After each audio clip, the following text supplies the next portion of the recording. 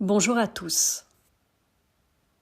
Aujourd'hui, ce podcast pour te partager au fait une expérience que je viens de vivre lors d'un soin, mais en même temps, en allant regarder chez moi les énergies de cette histoire. Le titre du sujet du jour, c'est « Le parcours de flamme jumelle se termine quand tu reviens et que tu poses tes énergies originelles en toi, c'est-à-dire tes énergies féminines pour la femme et tes énergies masculines. Si tu ne comprends pas ce que je t'exprime en lien avec ça, je t'invite à regarder les derniers podcasts où j'explique cette dynamique qui n'a rien à voir avec le runner, le chaser, le yin, le yang, les flammes jumelles en réalité.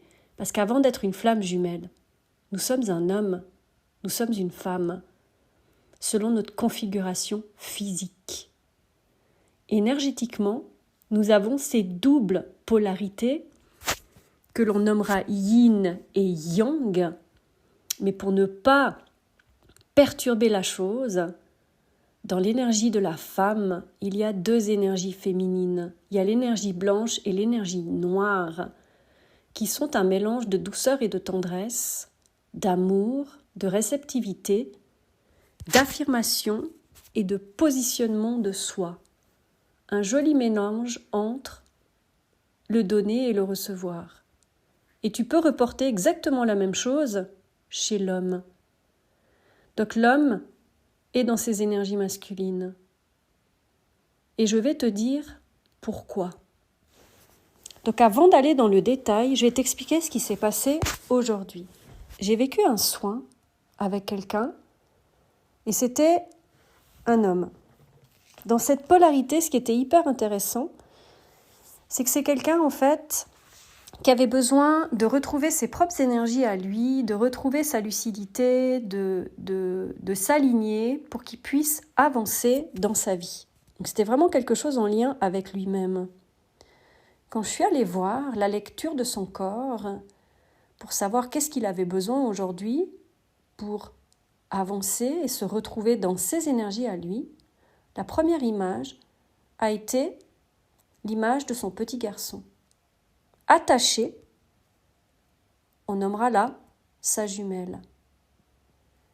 Ça donnait la sensation qu'il était accroché, attaché, et qu'il ne voulait pas lâcher cette énergie parce qu'il retrouvait toute la sécurité, tout le confort maternel. Dans la deuxième phase, c'est sorti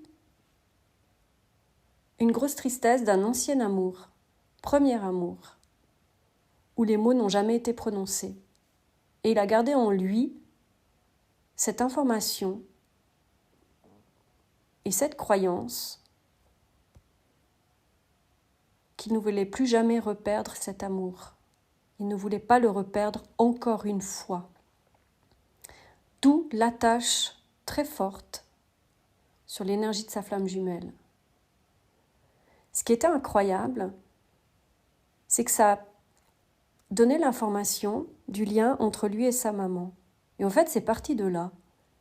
Ça donnait vraiment la sensation d'un petit garçon, donc je parle de l'énergie de l'homme-enfant qui était accroché à cette énergie de mère. Et c'était comme si le lien avec la femme, pour lui, était toujours en lien avec l'enfant et la mère. Ce qui faisait qu'il ne pouvait se retrouver dans ses énergies d'homme adulte et face à une femme dans ses énergies de femme adulte. Donc tu me diras, oui, mais peut-être que c'est normal. Alors oui, c'est normal. Parce que comment ça fonctionne tout ça ? Dans les différentes énergies, quand on est adulte, on ne peut qu'être dans ces énergies féminines face à des énergies masculines. Et là, je te parle dans les relations amoureuses et sentimentales. Du moment qu'il y a un déséquilibre, c'est-à-dire une femme qui serait soit dans ses énergies de femme enfant, soit dans ses énergies de femme de défense, la guerrière, je nommerai là. En face, elle ne peut pas retrouver un homme adulte en jonglant dans ces énergies qui ne sont pas ses énergies d'origine. La femme enfant va exprimer cette énergie quand elle sera confrontée à l'énergie paternelle en face, une énergie de père, et elle sera dans la défense quand elle sera dans une énergie d'homme blessé qui, lui, sera dans une énergie de guerrier. Mais pas l'énergie de guerrier dans la dimension du cœur. L'énergie du guerrier au niveau du combat, de la possession, de la soumission, etc. Et ça, je l'ai assez expliqué dans d'autres podcasts. C'est juste pour refaire une base. Donc là, je t'ai parlé des énergies de la femme, mais sur l'homme, c'est la même chose, l'énergie de l'homme enfant et l'énergie de l'homme guerrier. On va l'appeler aussi comme ça, mais de défense, l'homme blessé. Donc au fait, le parcours de flamme jumelle,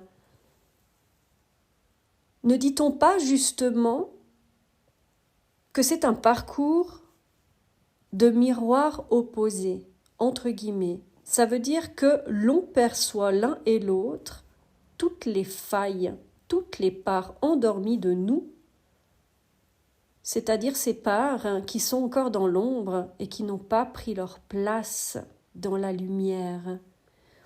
Donc si je reviens sur mon histoire, tu as un homme ou tu as une femme, c'est complètement égal. Dans l'homme, il y a différents espaces comme chez la femme. Chacun incarne un espace enfant, un espace ado, un espace homme ou femme, un espace époux-épouse, un espace père-mère. Tout le monde.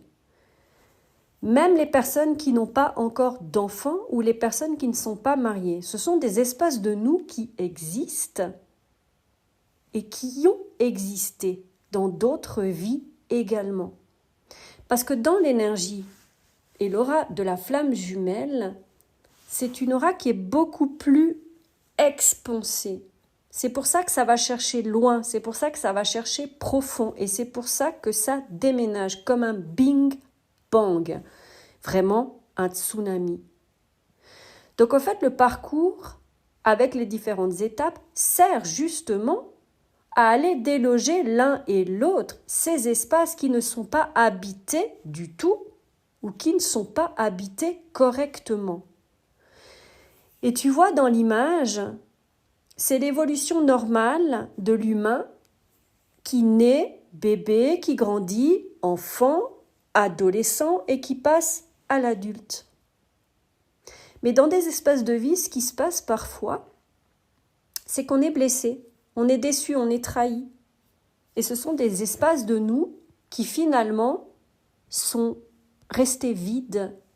Mais vides de quoi ? C'est de la distance que nous avons pris avec qui nous sommes au fond, notre énergie d'origine. Donc ça a créé des vides, plusieurs vides.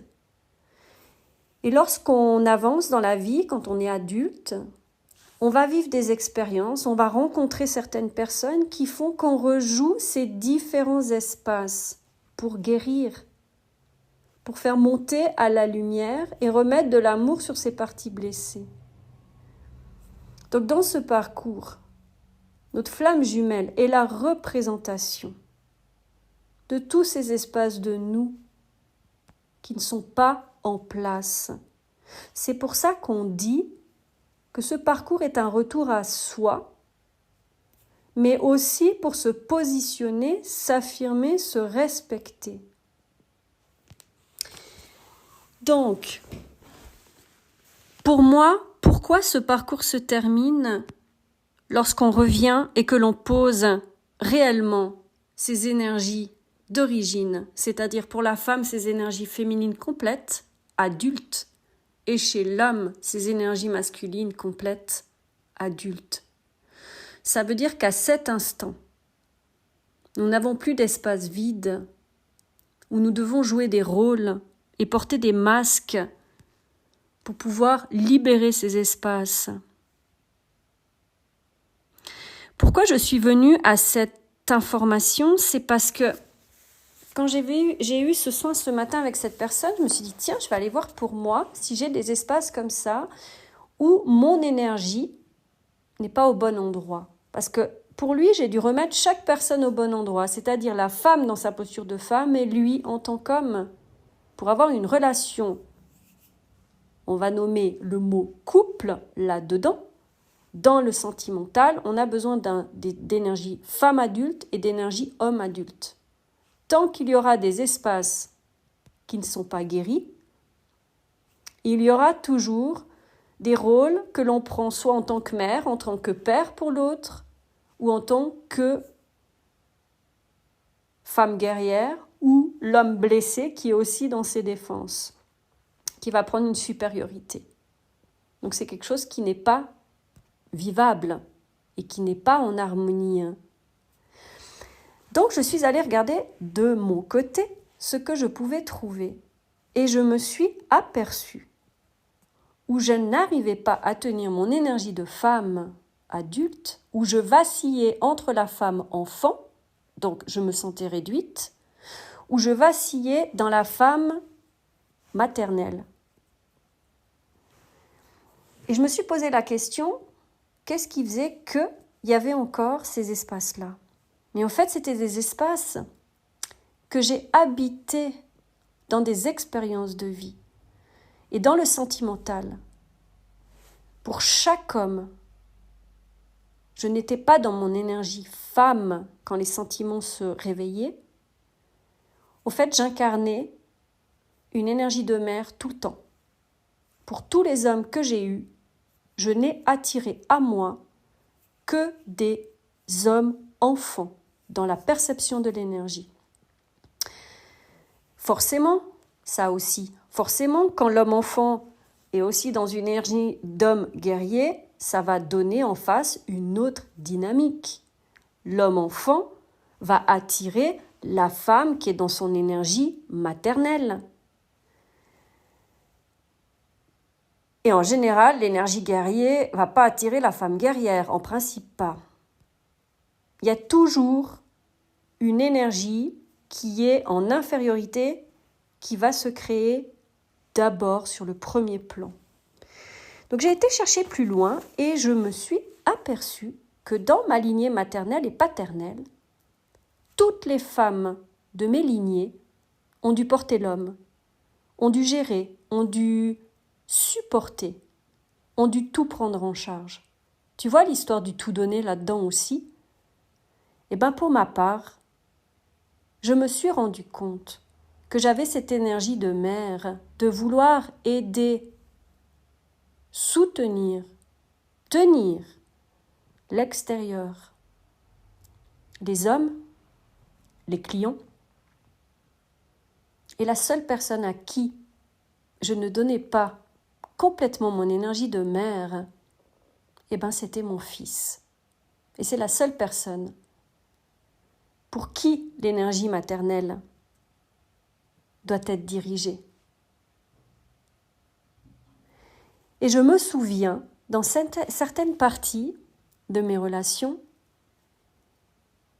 j'étais souvent dans mes énergies de mère à devoir dire à l'autre ce qu'il devait faire et être, sans diriger la bonne énergie de mère en direction de mon fils, avec lequel j'étais beaucoup plus relaxe.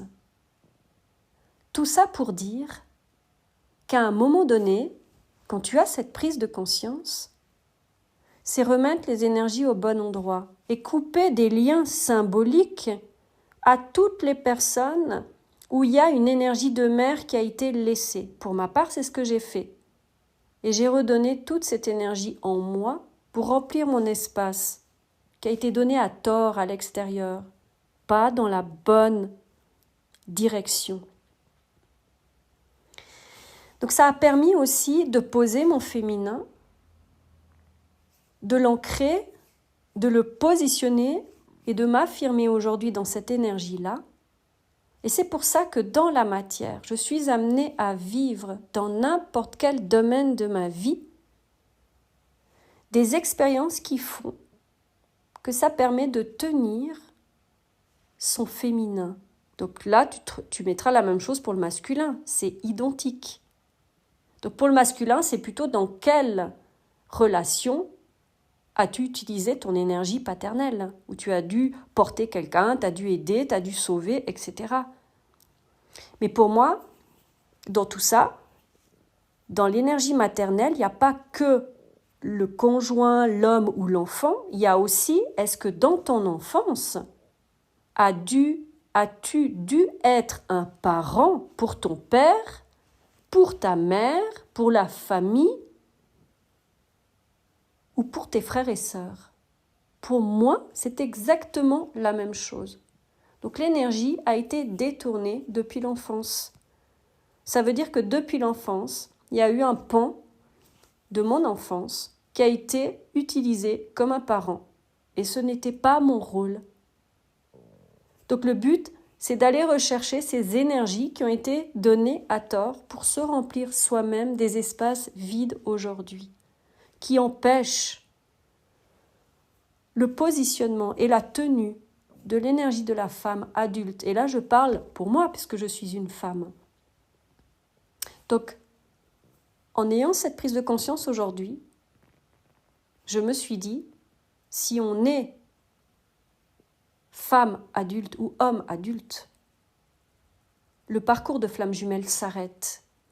Et il n'y a plus de raison de nommer flamme jumelle. Et je vais détailler ça parce que il y a des choses des fois qui ne sont pas très bien comprises. Pourquoi ? C'est parce que on parle toujours sur deux plans différents. Le plan subtil, énergétique, et sur le plan humain. Intrinsèquement, au niveau de l'âme, il y a cette vibration de flamme jumelle et de sacré, puisque ça fait partie de la dimension divine spirituelle. Et dans l'humain, il y a ces mots qui ont été posés de flamme jumelle, chaser, runner, yin, yang, qui a généré un égrégore. Un égrégore rempli de souffrance, de douleur, de vide, d'attente, de besoin. Donc c'est là qu'arrive à un certain moment, quand tu reprends tes énergies, que tu te positionnes dans cette énergie, et cette énergie d'origine, c'est-à-dire pour moi la femme adulte, tu te détaches, tu coupes tout lien, toutes les fois où ton énergie a été transmise à tort et pas dans la bonne énergie d'origine, c'est-à-dire la mère, l'enfant, etc. Donc là, à un moment donné, tu vas te détacher de ce qui te retient dans ces termes humains. Pourquoi ? Parce qu'en fait, c'est en lien avec l'enfermement, c'est en lien avec le blocage, ce qui pourrait faire que ça t'empêche d'avancer pour la continuité de ton propre chemin. Parce que quand tu sors de tout ça, puisqu'il y a une dimension vibratoire et divine, tu deviens la femme adulte sacrée. Et tu deviens l'homme adulte sacré. Pourquoi sacré ? Dans mon dernier podcast, je te parle des mots qui ont été dénaturés et qui perdent de leur valeur spirituelle. Parce que dans le sacré, ça veut dire ça se crée. Ça veut dire que quand tu deviens la femme adulte sacrée, eh ben il est temps de créer ses propres envies, son propre chemin, sa propre vie, son propre couple. Je le mets entre guillemets, mais c'est la même chose pour l'homme. Et c'est là, en fait, que tout devient sacré. Tu t'honores, tu te respectes, tu t'affirmes, tu te positionnes. Et c'est ça le sacrement. C'est retrouver sa souveraineté. son pouvoir souverain, son pouvoir de création, son pouvoir sacré, sa puissance intérieure réunie. Et c'est ça la réunion. Quand tu as pu réunir toutes les parties de toi-même, ce n'est pas qu'une réunion de yin, de yang, de féminin, de masculin, de couple intérieur, non. C'est la réunion en fait de tous ces espaces de toi qui t'amènent à l'adulte. Donc ça amène forcément à un détachement de ce qui a été jusqu'à aujourd'hui. Donc le parcours de flamme jumelle s'arrête et une nouvelle aventure commence. Le parcours sacré. Et c'est de là, au fait, quand tu es homme adulte et femme adulte, que tu t'unis dans un partenariat de vie sacré. Parce qu'au fait, c'est ensemble ensuite que tu décides de ce que tu as envie de créer. Tout est à inventer, tout est à imaginer, tout est à créer. Et ça s'appelle vivre. Parce que cette relation, elle n'est pas à rationaliser, elle n'est pas à mentaliser, elle n'est pas à devoir faire à la lettre certaines choses. C'est quelque chose qui se vibre, c'est quelque chose qui se ressent, c'est quelque chose qui se vit. Donc tu sais quoi ? Ouvrons le chemin sur une nouvelle dimension sacrée. Pourquoi pas ? À méditer.